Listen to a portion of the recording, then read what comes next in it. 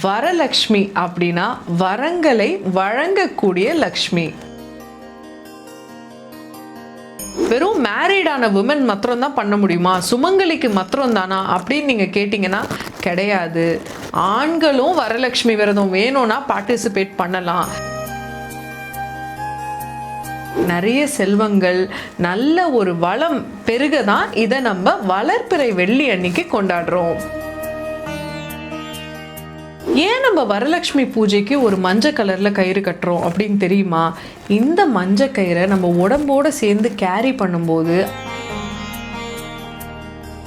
விரதம் அதோடைய deeper meaning என்னன்னா, நம்ம வேண்டுதலுக்கான ஒரு பெண்ணுக்கு அவளுக்கு பிடித்ததை தேர்ந்தெடுக்கக்கூடிய ஒரு சக்தி இருக்கணும்.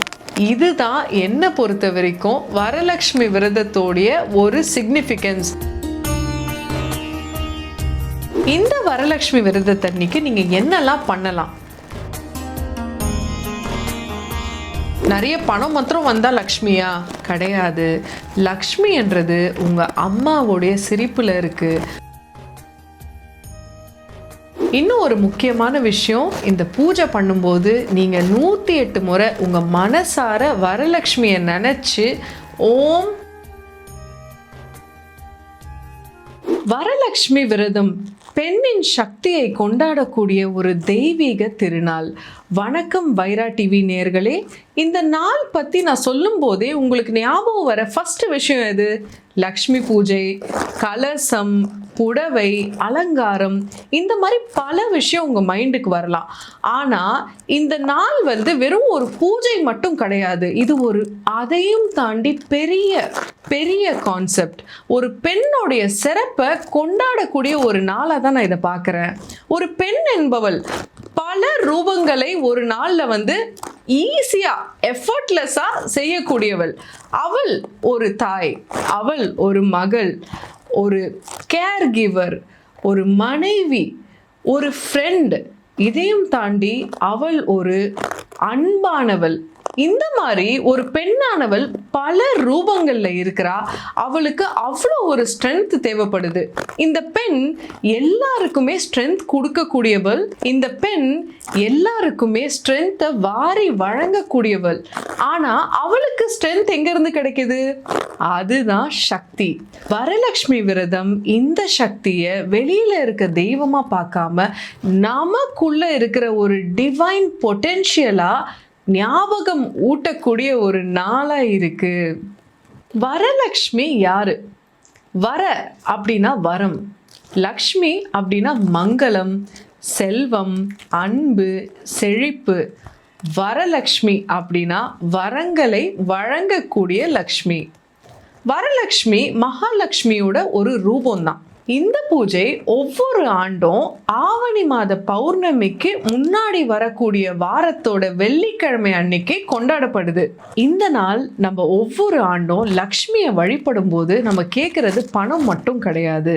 நல்ல ஆரோக்கியம், மகிழ்ச்சி, செழிப்பு, அன்பான குடும்பம், அன்பான சூழல், அமைதி, பலமான எண்ணம் மற்றும் உடல், இதெல்லாம் சேர்ந்தது தான் ஐஸ்வர்யம். அதனால லக்ஷ்மி கிட்ட நம்ம கேட்கறது வெறும் பேங்க் பேலன்ஸ் மாத்திரம் கிடையாது, லைஃப் பேலன்ஸ். அஷ்டலக்ஷ்மி ஒரு சக்தி, ஆனா பல ரூபங்கள். இது எப்படி சாத்தியம்? ஒரே ஒரு லக்ஷ்மி தானே. நம்ம ஹிந்து ட்ரெடிஷன்ல ஒரு அழகான கான்செப்ட் இருக்கு. ஒரே ஒரு சக்தி, ஆனா பல மேனிஃபெஸ்டேஷன்ஸ், பல ரூபங்கள். இது எப்படின்னு சொல்லி ஒரு ரியல் லைஃப் எக்ஸாம்பிளோட பார்க்கலாம். அஷ்டலக்ஷ்மி ஒரு சக்தி, ஆனா பல ரூபங்கள். நம்ம ஹிந்து ட்ரெடிஷன்ல ஒரு அழகான கான்செப்ட் இருக்கு. ஒரே ஒரு சக்தி தான், ஆனா பல மேனிஃபெஸ்டேஷன்ஸ். எப்படின்னு ஒரு ரியல் லைஃப் எக்ஸாம்பிளோட நம்ம பார்க்கலாம். ஒரே ஒரு பெண், ஆனா ஒரு பெண் எத்தனை ரூபங்கள்ல செயல்படுறா. அவ ஆஃபீஸ்ல இருக்கும் போது ப்ரொஃபஷனல், வீட்டுக்கு வந்த உடனே மனைவி, அம்மாவுக்கு மகள், அப்பாவுக்கு மகள், ஆனா அவளுடைய மகளுக்கு அவள் ஒரு தாய். அவளோட ஃப்ரெண்டு கிட்ட ஃப்ரெண்டு. இந்த மாதிரி பர்சன் ஒருத்தராக இருந்தாலும் அவ பல ரோல்ஸ் பார்க்குறா. இதே மாதிரி தான் நம்ம டிவைன் சக்தியும் பல ரூபங்கள்ல நமக்கு சப்போர்ட் பண்றாங்க. லக்ஷ்மியின் அஷ்டலக்ஷ்மி கான்செப்ட்ல நமக்கு 8 விதமான கோணங்கள்ல லக்ஷ்மியை பார்க்கலாம்.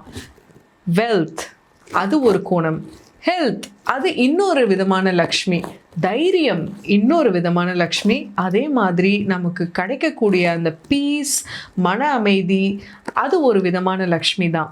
அதனால செல்வம் ஒரு விதமான லக்ஷ்மியா இருந்தாலும் நமக்கு கிடைக்கக்கூடிய மன அமைதி, தைரியம், நிதானம், நம்ம சாப்பாடு, தானியங்கள் இதுவுமே ஒரு விதமான லக்ஷ்மி தான். இதுதான் லக்ஷ்மி தத்துவத்தோட ஒரு அழகான கான்செப்ட். பொதுவாக ஏன் வெள்ளிக்கிழமையானா நம்ம லக்ஷ்மி வழிபாடு செய்கிறோன்னு உங்களுக்கு தெரியுமா? வெள்ளிக்கிழமை சுக்கிர பகவானோட சம்பந்தப்பட்ட ஒரு நாள். சுக்கிரன் அப்படின்னா வாழ்க்கையில் அபண்டன்ஸ், பீஸ், லவ், ஹார்மனி இது எல்லாமே ஒரு இனிமையான குடும்ப சூழலை குறிக்கக்கூடிய ஒரு விஷயம். அதனால தான் ஒவ்வொரு வெள்ளிக்கிழமையும் நம்ம லக்ஷ்மி பூஜை செய்கிறோம். ஏன் வெள்ளிக்கிழமை அன்னைக்கு நம்ம லக்ஷ்மி பூஜை செய்கிறோம்? இது ஒரு இன்ட்ரெஸ்டிங்கான குவெஸ்டின். வெள்ளிக்கிழமை அப்படின்றது சுக்கிர பகவானோட சம்பந்தப்பட்ட ஒரு விஷயம். சுக்கிரன் அப்படின்னா ஹார்மனி, லைஃப்ல இருக்கிற லவ், நல்ல ஃபேமிலி லைஃப், ரிலேஷன்ஷிப்ஸ் இது எல்லாத்தையுமே குறிக்குது. அண்ட் ஆல்சோ சுக்கிரன் ரொம்ப இம்பார்ட்டண்ட்டாக அபண்டன்ஸை குறிக்குது. மிகுதியான விஷயங்கள் நம்ம வாழ்க்கையில் என்னெல்லாம் இருக்கோ அது பொதுவாக சுக்கிரன் கொடுக்குற அந்த விஷயங்கள் தான். அதனால தான் லக்ஷ்மி அபண்டன்ஸ் கொடுக்கறதால நம்ம சுக்கிரனோட அசோசியேட் பண்ணுறோம். இந்த லக்ஷ்மி பூஜையை நம்ம வெள்ளிக்கிழமை செய்யும் போது ஒவ்வொரு வெள்ளிக்கிழமையும் நம்ம லக்ஷ்மி கிட்ட நன்றி சொல்கிறோம். ஃபஸ்ட்டு நம்ம வாழ்க்கையில் கொடுத்துருக்கக்கூடிய நல்ல ரிலேஷன்ஷிப்ஸ்க்கு, நல்ல ஒரு ஹெல்த்துக்கு, நல்ல ஒரு மனிதர்களுக்கு, இது எல்லாத்துக்குமே நம்ம நன்றி சொல்லக்கூடிய ஒரு ரிமைண்டராக தான் இந்த ஃப்ரைடே இருக்குது. இன்னும் ஒரு சிறப்பம்சம் என்னன்னு பார்த்தீங்கன்னா, இந்த வரலட்சுமி விரதம் ஒவ்வொரு ஆண்டும் ஆவணி மாதம் வளர்பிறை வெள்ளியில தான் வருது. வளர்பிறை அப்படின்னா வளர்ச்சி. நம்ம ஒவ்வொரு ஆண்டும் இதை கொண்டாடும் போது வெளியில நிலவு எப்படி வளருதோ அதே மாதிரி நம்ம வாழ்க்கையிலையும் நல்ல விஷயங்கள் வளரணும் அப்படின்ற மாதிரி ஒரு நல்ல சங்கல்பத்தோடு தான் நம்ம இதை கொண்டாடுறோம். நம்ம வாழ்க்கையிலையும் நல்ல விஷயங்கள் பெருகட்டும், நல்ல ஆப்பர்ச்சுனிட்டிஸ் வரட்டும், நிறைய செல்வங்கள், நல்ல ஒரு வளம் பெருக தான் இதை நம்ம வளர்பிறை வெள்ளி அன்னைக்கு கொண்டாடுறோம். அடுத்ததா நம்ம கலசம் அதை பற்றி பார்க்கலாம். கலசம் என்பது ஒரு டெக்கரேஷன் ஐட்டம் கிடையாது, அது ஒரு மினி பிரபஞ்சம். எப்படி நான் பிரபஞ்சம் அப்படின்னு சொல்கிறேன்னு பார்க்கலாமா? கலசத்தில் என்ன இருக்குது? அரிசி, நீர், தேங்காய், இதுக்கெல்லாம் மேலே லக்ஷ்மியோட முகம், கூடவே 5 புலன்களையும் ரெப்ரசன்ட் பண்ணக்கூடிய இலைகள், இதெல்லாம் சேர்ந்தது தான் இந்த கலசம். இந்த கலசத்தை நீங்கள் ஒரு தெய்வீக வரைபடம் மாதிரி பார்க்கலாம். எப்படின்னா, நீர் அப்படின்னா உயிரை குறிக்குது. அரிசி என்றது நமக்கு ஆகாரம், பேசிக்கான ஒரு ஆகாரம். அரிசி அப்படின்றது பேசிக்கான ஒரு ஆகாரம். இலைகள் ஒரு வளர்ச்சியை குறிக்குது. தேங்காய் நம்மளுடைய உணர்ச்சியை குறிக்குது. இது எல்லாத்தையும் தாங்கக்கூடியது தான் அந்த கலசம். இந்த கலசத்தில் என்ன இருக்குன்னு பார்த்தீங்கன்னா, நம்ம யூனிவர்ஸ், பிரபஞ்சத்தையே ரெப்ரசன்ட் பண்ணக்கூடிய அந்த 5 இம்பார்ட்டண்ட்டான விஷயம் தான் இருக்குது. ஒவ்வொரு முறையும் நம்ம பூஜை செய்யும் போது நம்ம ஹிந்து ட்ரெடிஷனில் பார்த்தீங்கன்னா கலசத்தை இப்படி தான் அசம்பிள் பண்ணுவாங்க. இந்த கலசத்தை நம்ம மேனிஃபெஸ்டேஷனுக்கு யூஸ் பண்ணலாமா? கண்டிப்பாக யூஸ் பண்ணலாம். மேனிஃபெஸ்டேஷன்னா நீங்கள் சோஷியல் மீடியாவில் பார்க்குற மாதிரி இதை நினச்சேன் அது எனக்கு கிடைச்சிச்சு அப்படின்னு கிடையாது. மேனிஃபெஸ்டேஷன் எப்போவுமே ஆரம்பிக்கிறது ஒரு நல்ல எண்ணத்திலிருந்து தான், நல்ல சங்கல்பம். நீங்கள் கலசம் முன்னாடி உட்காந்து எனக்கு நிறைய காசு கொட்டட்டும் அப்படின்னு மாத்திரம் எப்போவுமே கேட்க மாட்டீங்க. நீங்கள் வேற என்னெல்லாம் கேட்பீங்க? என் குடும்பம் நல்லா ஆரோக்கியமாக இருக்கணும், என் பிள்ளைங்க நல்லா சந்தோஷமாக இருக்கணும், என்னை சுற்றி இருக்கிற எல்லா மக்களும் ஒரு நிறைவோட, மன அமைதியோடு இருக்கணும் அப்படின்னு சொல்லி பல நல்ல எண்ணங்களை நீங்க இந்த கலசம் முன்னாடி சொல்லுவீங்க. கலசத்துல இருக்கிற இந்த நீர் அப்படின்றது லைஃபோடைய எனர்ஜி.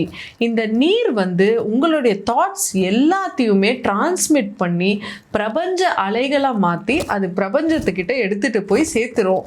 இந்த நீர்ல தான் நம்ம எண்ணங்கள் எல்லாமே இந்த நீரோட கலந்து பிரபஞ்சத்துக்கு கூட போய் சேர்ந்துரும். அதுதான் இந்த கலசத்தோடைய பெரிய பெரிய சீக்ரெட். இதை நீங்க மேனிஃபெஸ்டேஷனுக்கு கண்டிப்பா யூஸ் பண்ணலாம். அப்ப பூஜைன்றது ஒரு மேனிஃபெஸ்டேஷன் ரிச்சுவல் மாதிரி ஒர்க் ஆகுமா? மேஜிக் கிடையாது. இதுல ஒரு சிம்பிள் கான்செப்ட் தான். உங்க மனசுல தோன்ற ஒரு எண்ணம் தான் உருவெடுத்து மேனிஃபெஸ்டேஷனா மாறுது. ஸோ உங்க எண்ணங்களை எப்பவுமே கலசம் முன்னாடி உட்காரும் போது தூய்மையா வச்சுக்கணும், பாசிட்டிவா வச்சுக்கணும், உயர்வா வச்சுக்கணும். ஏன் நம்ம கலசத்துல நீர் உபயோகிக்கிறோம்னு சொல்லி தெரியுமா? நீர் அப்படின்றது தான் வாழ்க்கையோட ஒரு அடிப்படையான அம்சம். இந்த நீர் இல்லைன்னா இன்னைக்கு உயிரினங்களே கிடையாது. நம்ம உடலோடைய பெரிய பகுதி நீர் தான். அதே மாதிரி நம்ம பூமியோட ஒரு பெரிய பகுதியுமே நீர் தான். இந்த நீர் இல்லைன்னா உயிரினங்களே கிடையாது. அதனால தான் கலசத்தோடைய ஒரு மிக மிக முக்கியமான அங்கமா இந்த நீரை வந்து நம்ம வச்சிருக்கோம். இந்த நீரை நம்ம உபயோகப்படுத்தும் போது நீர் மாதிரியே நம்ம வாழ்க்கையும் சுத்தமா தெளிவா ஒரு ஓட்டத்துல ஓடும் அப்படின்ற ஒரு நம்பிக்கையால தான் நம்ம இந்த நீரை உபயோகிக்கிறோம். அதனால தான் கலசத்துல நீர் இருக்கும்போது நம்ம ஒரு சங்கல்பம் வைக்கிறோம். என்னன்னு சொல்லி, நம்ம வாழ்க்கையும் இந்த நீர் மாதிரி தெளிவா சுத்தமா ஒரு ஓட்டத்தோட என்னைக்குமே இருக்கணும் அப்படின்னு சொல்லி. ஏன் கலசத்துல நம்ம அரிசி உபயோகிக்கிறோம் தெரியுமா? நம்மளுடைய ட்ரெடிஷன் படி அரிசி அப்படின்னா சாப்பாடு மாத்திரம் கிடையாது. பொதுவா ஒரு வீட்டுல நீங்க பாத்தீங்கன்னா நிறைய சாப்பாடு இருந்துச்சுன்னா இங்க நிறைய லக்ஷ்மி இருக்கா போல அப்படின்னு சொல்லுவாங்க. அதே மாதிரி தான் சாப்பாடு இல்ல அரிசி அப்படின்றது ஒரு வளத்தை குறிக்குது, நல்ல ஒரு வளர்ச்சியை குறிக்குது, அபண்டன்ஸை குறிக்குது. அதனால தான் நம்ம அரிசி கலசத்துக்கு அடியில வைக்கும் போது நம்ம வாழ்க்கையும் இதே மாதிரி ஒரு மலர்ச்சியோட ஒரு அபண்டன்ஸோட பெருகட்டும் அப்படின்ற ஒரு நல்ல சங்கல்பத்தை தான் இது குறிக்குது. இப்போ ஒரு பியூட்டிஃபுல்லான கொஸ்டின். ஏன் நம்ம தேங்காய் உபயோகிக்கிறோம்? ஏன் ஆப்பிள், ஆரஞ்சு இந்த மாதிரி வேற ஃப்ரூட்ஸ் எல்லாம் நம்ம உபயோகிக்கலாம்ல? இதுக்கு ஒரு அழகான அர்த்தம் இருக்கு. தேங்காய் பொதுவாக பார்த்தீங்கன்னா வெளியில ரொம்ப ஹார்டா இருக்கும், ஒரு ப்ரௌன் ஷெல் இருக்கும். பட் உள்ள பார்த்தீங்கன்னா சாஃப்டா ஒயிட் ஃப்ளஷ் இருக்கும். ஆல்சோ அதில் ஒரு ஸ்வீட்டான லிக்விட் வாட்டர் இருக்கும். அவுட் சைடில் ப்ரொடெக்ஷன், உள்ள ஒரு பியூரிட்டி. இந்த தேங்காய்க்கு பார்த்தீங்கன்னா 3 கண்ணு இருக்க மாதிரியும் இருக்கும் குடுமி கிட்ட. இதை வந்து நம்ம என்ன சொல்றோம்னா 3 லேயரா பார்க்குறோம்: உடல், மனம் மற்றும் ஆத்மா. அதனால தேங்காய்க்கு இவ்வளோ ஒரு சிக்னிஃபிகன்ஸ் இருக்கு. இந்த தேங்காயை நம்ம உபயோகிக்கும் போது நம்ம தேங்காயை உடைப்போம். கடைசியா அந்த தேங்காயை நம்ம உடைக்கும் போது நமக்குள்ள இருக்க அந்த ஈகோவை நம்ம உடைக்கிற மாதிரி, சரண்டர் ஆகிற மாதிரி அதுக்கு அர்த்தம். அம்மா, நான் எல்லாத்தையும் விட்டுட்டு என் ஈகோவை உடைச்சிட்டு உன்கிட்ட நான் வரேன், என்ன நீ ஏத்துக்கோ தாயே அப்படின்னு சொல்லி நம்ம தேவியை கேட்கறதுக்கான அர்த்தம் தான் இந்த தேங்காவை நம்ம உடைக்கிறது, அதை உபயோகப்படுத்துறது.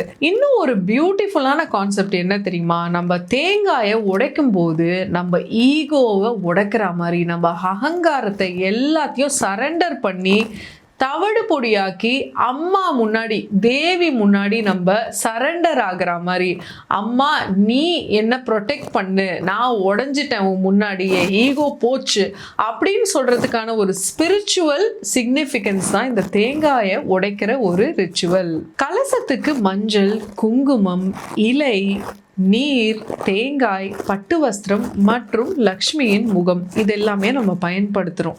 ஆனா இந்த ஒவ்வொரு விஷயத்துக்குமே ஒரு அர்த்தம் இருக்கு. நீர் எதை குறிக்குது?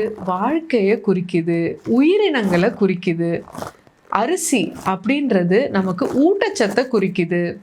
குங்குமம் சக்தியை குறிக்குது. மஞ்சள் ஒரு மங்களகரத்தை குறிக்குது.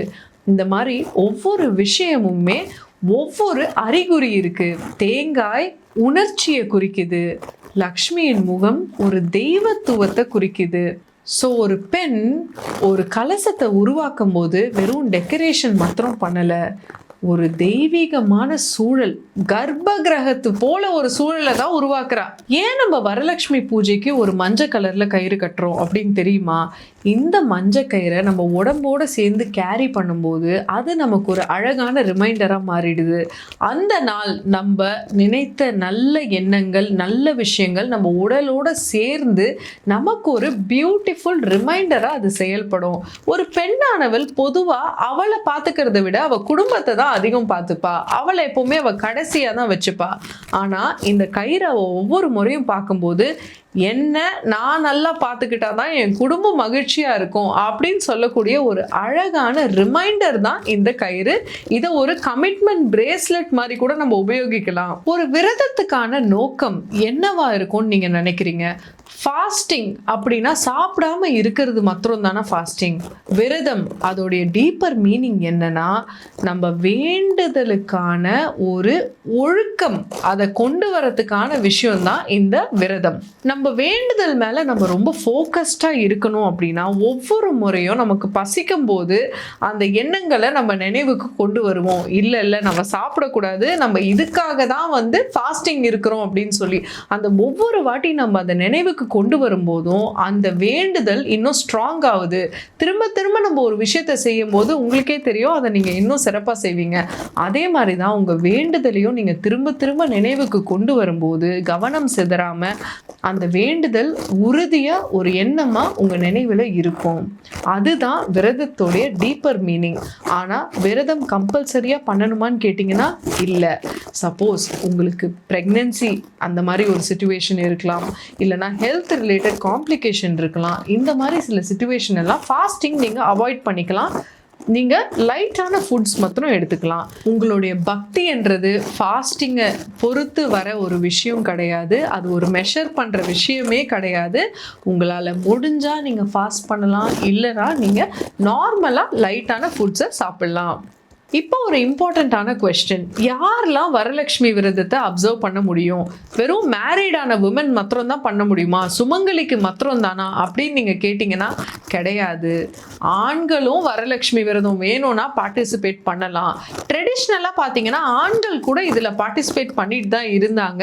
ஆனா பொதுவான ஒரு கருத்து சுமங்கலி பெண்கள் தான் இந்த வரலட்சுமி விரதம் பண்ணணும் அப்படின்னு சொல்லி. என்னோட மெசேஜ் என்னன்னு பார்த்தீங்கன்னா, உங்களுக்கு கல்யாணம் ஆயிருக்கலாம், இல்லை நீங்க சிங்கிளா இருக்கலாம், இல்ல கல்யாணம் ஆகி நீங்க பிரிந்து இருக்கலாம், இல்லனா கணவர் உங்களை விட்டு போயிருக்கலாம், எதுவா வேணாலும் இருக்கலாம். நீங்க வரலட்சுமி விரதத்தை தாராளமா கொண்டாடலாம், கடைபிடிக்கலாம். ஏன்னா லக்ஷ்மி என்பவள் யாருடைய ப்ராப்பர்ட்டியும் கிடையாது. அவள் பொதுவானவள், எல்லாருக்குமே அந்த வளம் சொந்தம்தான். ஆனால் நீங்கள் கேட்கலாம், ஏன் பெண்கள் மாத்திரம் தான் இந்த வரலட்சுமி விரதத்தை பொதுவாக கொண்டாடுறாங்க அப்படின்னு சொல்லி. அந்த காலத்தில் பார்த்தீங்கன்னா பெண்கள் தான் ஒரு வீட்டோடைய நிர்வாகம், ஒரு வீட்டோடைய வளம், அதுக்கப்புறம் உணவு தயார்படுத்துறது, வீடை சுத்தமாக வச்சுக்கிறது, இந்த மாதிரி எல்லா வேலைகள் ரெஸ்பான்சிபிலிட்டிஸுமே விமன் தான் பார்த்துப்பாங்க. அதனாலேயே ஒரு வீட்டோடைய லக்ஷ்மி அப்படின்னா விமன் அப்படின்னு சொல்கிறாங்க. விமன் தான் பூஜை அலங்காரங்கள் இதையுமே செய்வாங்க. பட் இப்போ இருக்கிற விமன் பார்த்தீங்கன்னா வேலைக்கும் போறாங்க, வீட்டையும் பார்த்துக்கிறாங்க, பல விஷயங்களை நிர்வகிக்கிறாங்க. ஸோ மாடர்ன் விமென்காக வரலட்சுமி சொல்லக்கூடிய மெசேஜ் என்னன்னா, நீங்க உங்க வீட்டுக்காக மட்டும் சக்தி கிடையாது, உங்களுக்கும் நீங்க சக்தி தான். அதுதான் ரியல் விமன் எம்பவர்மெண்ட். பெண்ணுக்கான எம்பவர்மெண்ட் அப்படின்னா என்ன? பெண் ஆணாக மாறுறது தான் எம்பவர்மெண்ட்டா? கிடையாது. மேலும் அவ சுய சுபாவத்தை அதிகரித்து ஒரு சுதந்திரத்தோட இருக்கிறது தான் விமன் எம்பவர்மெண்ட். ஒரு பெண்ணுக்கு நோ சொல்லக்கூடிய ஒரு சக்தி இருக்கணும். ஒரு பெண்ணுக்கு அவளுக்கு பிடித்ததை தேர்ந்தெடுக்கக்கூடிய ஒரு சக்தி இருக்கணும். இதுதான் என்னை பொறுத்த வரைக்கும் வரலட்சுமி விரதத்தோடைய ஒரு சிக்னிஃபிகன்ஸ். ஒரு பெண்ணை நம்ம செலிப்ரேட் பண்ணுறோம், ஒரு பெண்ணாகப்பட்டவளை நம்ம செலிப்ரேட் பண்ணி அவளுடைய லிமிட்டேஷன்ஸ்லேருந்து அவளை உடைச்சு வெளியில் கூட்டிகிட்டு வர்றது தான் இந்த வரலட்சுமி விரதத்தோடைய சிக்னிஃபிகன்ஸாக நான் பார்க்குறேன். இந்த வரலட்சுமி விரதத்தன்னைக்கு நீங்கள் என்னெல்லாம் பண்ணலாம்? வீடை க்ளீன் பண்ணலாம், மைண்டை க்ளீன் பண்ணலாம், கலசத்தை டெக்கரேட் பண்ணலாம், உங்க வாழ்க்கையில இருக்க பெண்கள் கிட்ட நீங்க அன்பா பேசலாம். அவங்களுக்கு ஏதாவது முடிஞ்சா கிஃப்ட் கூட வாங்கி தரலாம். உங்களுடைய வீட்டில் இருக்க பெரியவங்க கிட்ட பிளெஸ்ஸிங்ஸ் வாங்கலாம். உங்ககிட்ட வேலை செய்யற பெண்கள் கிட்ட நீங்க எக்ஸ்ட்ரா கேரிங்கா நடந்துக்கலாம். அவங்களுக்கு பிடிச்ச விஷயங்களை நீங்க அவங்களுக்காக செய்யலாம். ஒரு பெண்ணை நீங்க படிக்க வைக்கலாம். பெண் குழந்தைங்களுக்கு ஏதாவது வாங்கி கொடுக்கலாம். இந்த மாதிரி பல விஷயங்களை நீங்க செய்யலாம். ஏன் தெரியுமா? லக்ஷ்மி பூஜை பண்ணிட்டு நம்ம வாழ்க்கையில இருக்கிற லக்ஷ்மி ரூபங்கள்ல இருக்கிற சில பெண்களுக்கும் நம்ம எதுவுமே பண்ணாம இருந்தா அது கரெக்டா? இல்ல. அதனால பெண்களுக்கு நீங்க இன்னும் எக்ஸ்ட்ரா கேரிங்கா அந்த நாள் இருக்கலாம். வரலட்சுமி விரதத்தன்னைக்கு நீங்க எந்த விஷயம்லாம் பண்ணக்கூடாது? தேவையில்லாம ஆர்கியூ பண்ணக்கூடாது, கோவப்படக்கூடாது, பொறாமப்படக்கூடாது, பொருள்களை வேஸ்ட் பண்ணக்கூடாது. லக்ஷ்மி விரதத்தன்னைக்கு நீங்க ரொம்ப முக்கியமா நீங்க விமெனை, உங்களுடைய கூட இருக்க பெண்களை ஜட்ஜ் பண்ணக்கூடாது. யார் லக்ஷ்மி விரதத்தை நல்லா பண்ணியிருக்காங்க, கடைப்பிடிச்சிருக்காங்க, யார் ஃபாஸ்டிங் பண்ணாங்க, யாரோட டெக்கரேஷன் நல்லா இருக்கு அப்படின்லாம் கம்பேர் பண்ணக்கூடாது. உங்கள் கூட இருக்க பெண்களுக்கு நீங்கள் எப்பவுமே ரொம்ப சப்போர்ட்டிவாக இருக்க கற்றுக்கணும்.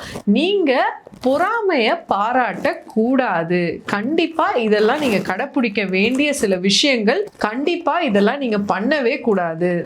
ரொம்ப முக்கியமாக நீங்கள் பயப்படவே கூடாது. இந்த விஷயம் நான் பண்ணால் லக்ஷ்மி என் வாழ்க்கையை விட்டு போயிடுவா, லக்ஷ்மி நம்ம வீட்டுக்கு வரமாட்டா, இந்த மாதிரி சில மூட நம்பிக்கையில இருந்துலாம் நீங்க வெளியில வரணும்.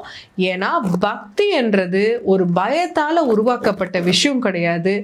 அமைதியும் மன நிறைவிலிருந்து வரக்கூடிய ஒரு விஷயம். ஸோ பயங்களை நீங்க கண்டிப்பா விட்டுட்டு நல்ல நிம்மதியோட ஒரு ஆத்ம திருப்தியோட நீங்க செயல்படணும். நம்ம வீட்டில் லக்ஷ்மியை கலசத்துல இன்வைட் பண்றோம். ஆனா லக்ஷ்மி நம்ம வீட்டுக்குள்ள வந்துட்டான்னு சொல்லி நமக்கு எப்படி தெரியும்? நிறைய பணம் மாத்திரம் வந்தா லக்ஷ்மியா? கிடையாது. லக்ஷ்மி என்றது உங்க அம்மாவோடைய சிரிப்புல இருக்கு.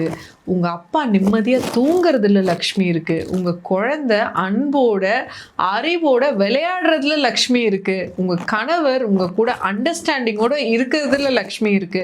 இந்த மாதிரி வீட்டில் சில யதார்த்தமான விஷயங்களை நம்ம பார்க்க மறந்துடுறோம். ஆனா உண்மையான லக்ஷ்மி என்றது இதுல தான் இருக்கு. லக்ஷ்மி என்றது ஒரு மிகுதியான நிலை, அபண்டன்ஸ், அதுதான் லக்ஷ்மி.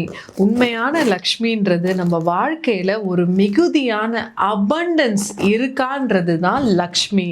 ஸோ அதை நீங்க உணரணும். இந்த வரலட்சுமி விரதத்துக்கு ஒரு சின்ன மேனிஃபெஸ்டேஷன் ரிச்சுவல் சேர்ந்து பண்ணலாமா? பூஜை முடிச்ச உடனே ஒரு பேப்பர் எடுத்துக்கோங்க. 8 பிரேயர்ஸ் இல்லைனா மேனிஃபெஸ்டேஷன் அஃபர்மேஷன் நீங்க எழுத போறீங்க. இது உங்களுடைய நல்ல எண்ணங்களா கூட இருக்கலாம். என்னென்ன எழுத போறீங்க அப்படின்னா, முதலாவதா ஆரோக்கியம், அதை பத்தின அஃபர்மேஷன் எழுதுங்க. இரண்டாவதா செல்வம், மூன்றாவதா குடும்பம், நான்காவதா தொழில், ஐந்தாவதா உறவுகள், ஆறாவதா ஞானம், ஏழாவதா அமைதி, எட்டாவதா உங்களோட சுய முன்னேற்றம். இதுக்கான ஒரு இன்டென்ஷனை நீங்க எழுதுங்க. இந்த மாதிரி எழுதும்போது எனக்கு இது வேணும்னு எழுதாம, எக்ஸாம்பிளுக்கு சொல்றேன், உங்களுடைய ஹெல்த்துக்காக நீங்க இனிமேல்ட்டு ஜங்க் ஃபுட் சாப்பிட மாட்டேன் அப்படின்ற மாதிரி ஒரு அஃபர்மேஷன் எழுதணும்.